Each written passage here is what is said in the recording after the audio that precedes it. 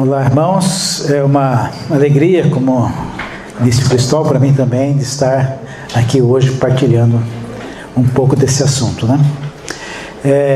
Me acompanha aqui hoje a minha esposa, a Clélia, alguns irmãos que caminham conosco lá em Barueri, na região, Beth, Odemir, né? Tinha visto mais o Vitor, Angélica, Marina, acho que acertei todos, né? Quase 50%.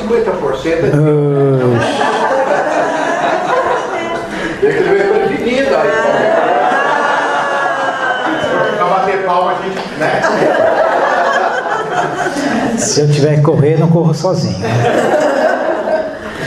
Bom, sem entrar em detalhes, a minha vocação, a unidade para mim é a questão de vocação.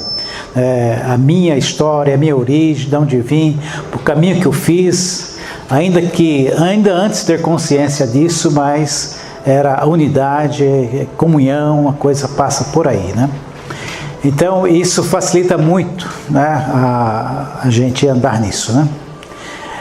Quando eu vejo, às vezes, alguns irmãos que têm ministério de cura e libertação, que tão facilmente flui isso das mãos, esse ministério, a gente fica assim maravilhado, né? Mas, por outro lado, também a gente entende, né, de outros que parece que isso é uma coisa que está oculta, né? E, para mim, a unidade é uma coisa cada vez mais escancarada, né? Então, graças a Deus por isso. Ao contrário do Cristóvão, a gente não vai seguir a apostila, tá? A apostila, quero que vocês leiam, tá? O que a gente vai falar não está fora dela, mas a gente vai fazer um esquema aqui para tentar ser mais conciso e mais objetivo, tá? Então, como também já vimos aqui hoje, né? A igreja ela foi fazendo uma migração do judaísmo, da igreja judaica, entre os judeus messiânicos para os gentios. Então, no primeiro momento, a igreja, ela é uma igreja essencialmente judaica, né? Depois tem os helenistas, que também são judeus de fora de Israel, que vai se juntando a ela, e depois se juntam também os gentios, e depois os judeus vão perdendo espaço, os helenistas vão perdendo espaço, por fim, a grande igreja que transita pelo mundo torna-se uma igreja com base, com princípios dos gentios, e os judeus ficam de fora.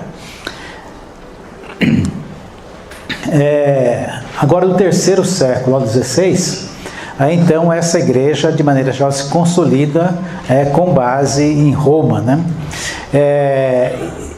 Lá, na final do primeiro milênio, a gente vai ter lá os católicos ortodoxos, né, se distinguindo dos romanos. O romano, como o nome diz, é ligado então ao Império Romano da época, né? Não é somente Roma de hoje, né, capital da Itália, mas o Império Romano de toda aquela época lá. E ortodoxo, quer dizer, o rígido, correto, né, ortodoxia, aquele que é... E que eles não estão ligados ao Império. Então, a igreja ortodoxa romana, a ortodoxa, católica ortodoxa, infelizmente a gente não tem muito conhecimento, tem muita tradição no Brasil. A gente teve até que se valer da internet, da Wikipédia, aí, para poder ter algumas informações, né? Mas são igrejas que estão assim, são católicas, são autônomas e espalhadas por várias regiões, especialmente no Oriente. Aqui no Brasil tem algumas delas, né? Quem assistiu o Globo Repórter aí sobre a Rússia, mostrou aqui no Rio Grande do Sul uma igreja ortodoxa russa de uns imigrantes que vieram se estabelecer lá, né? Então, ela está aí presente, mas essencialmente no parte oriental. Próximo, Luiz, por favor. E do século XVI ao XX, então, olhando aqui para o nosso ramo, né, para o nosso lado, a Igreja Católica. Da Igreja Católica vem surgir, então, no século XVI, a Igreja Protestante, que também é conhecida como reformada ou evangélica, né? Parece que vão ganhando novos nomes ou vão querendo aprimorar os nomes dela. E, por fim, o movimento pentecostal do século XX. Nesse movimento pentecostal do século XX, tem uma coisa em comum entre os católicos evangélicos, que são os carismáticos, que é o pessoal que teve a experiência pentecostal dentro da igreja histórica, dentro das igrejas evangélicas, né? E hoje é uma experiência que permeia todas as igrejas de maneira geral.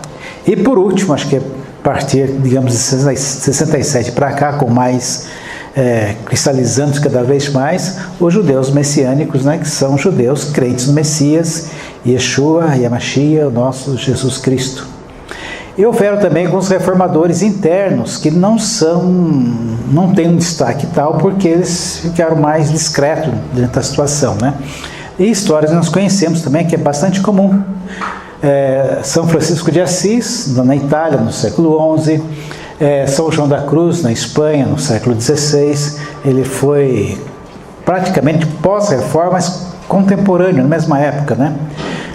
Esses dois homens aí, eles trouxeram muito a igreja para a parte da simplicidade, da humildade, da pobreza outra vez, né?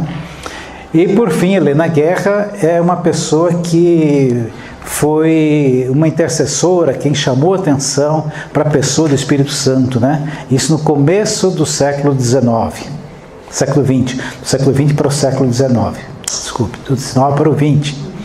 E a gente percebe também, estudando a história, que simultaneamente, assim como a Igreja Católica estava tendo lampejos da visitação do Espírito Santo, a Igreja Evangélica também assim estava acontecendo, né?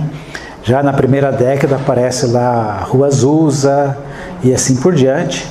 E vamos culminar aqui na segunda metade do século XX com as igrejas históricas sendo renovadas também, e a presença da renovação carismática na Igreja Católica, a partir de 67 também. Então essa década foi muito importante. Ok. Isso aqui, gente, é só história para a gente se situar um pouquinho, não tem... Nossa ênfase falar de católicos evangélicos aqui, e eu acho que o Marião chamou para atenção, a gente vai dar ênfase à questão do batismo, né? Então, estamos preparando o coração aí, né? Bom, como surge a reforma? A reforma, ela da igreja, não é uma coisa que brota do nada. Ela está dentro de um contexto, né, do movimento renascentista, que é o movimento de libertação de tudo aquilo que é absoluto, né? Então, tudo que é absoluto foi questionado na época. Então, o poder político absoluto foi questionado, a liberação nas artes, na filosofia. Então, tudo aquilo que trazia afirmações absolutas foi questionada. E a igreja, ela tinha, onde mais tinha absolutos era a igreja. Ela foi questionada, seus padrões, seus dogmas também, né? E a época discutiu-se bastante, a questão que pegou mais, a questão das indulgências, né? Que era você poder contribuir financeiramente com a igreja e essa contribuição reverter na salvação de almas, né? Lutero se dispôs contra isso, e essa arrecadação basicamente era para construção, para edificações físicas, né? E principalmente a Basílica de São Pedro no Vaticano. Imagine que ela foi construída entre 1506 e 1526, 23 mil metros quadrados para 60 mil pessoas. É um estádio coberto para os dias de hoje, né? Muito grande, então muito recurso foi para lá. Mas é interessante que se eu perguntar aqui para os evangélicos, né, quem é que conhece, quem é que leu as 95 teses Luteros, os protestantes? Não precisa levantar a mão, né? Então, quando se fala em protestante, a origem protestante foi esse dia, né? Historicamente, já aprendeu nos livros escolares, tal, que o Lutero pregou lá as 95 teses na igreja, convidando o povo ao debate dessas teses aí. Mas, hoje em dia, né, os protestantes nem sabem mais que essa tese. O que a gente diverge hoje entre as igrejas, eu acho que essa tese seria uma coisa absolutamente ultrapassada hoje, né? Não há divergência nisso aí, porque as igrejas, tanto o lado protestante como o lado católico, elas evoluíram além disso, né? Pode mudar. E é interessante que nos 95 teses não tem uma vez sequer a palavra batismo, né? Então a reforma, ela não questionou o batismo. Martinho Lutero, outra coisa também dos reformadores, que eles arranjaram o mapa geopolítico da Europa. Então, era necessário que, para uma igreja ter sucesso, um reformador ter sucesso fora da igreja de Roma, precisava necessariamente do apoio do príncipe, do apoio do rei, quem fosse da época. E aí, se olha o mapa, os evangélicos, os protestantes da época e os católicos, eles se dividiram conforme os contornos políticos dos países da época, né? Então a gente vai conhecer a Alemanha preponderantemente luterana, a Inglaterra preponderantemente anglicana, né, com João Calvino, que trouxe o calvinismo para lá, e Zwinglio, que atuou na Suíça. Depois podem ler as apostilas e tal, e acho que conhecer um pouco mais aí.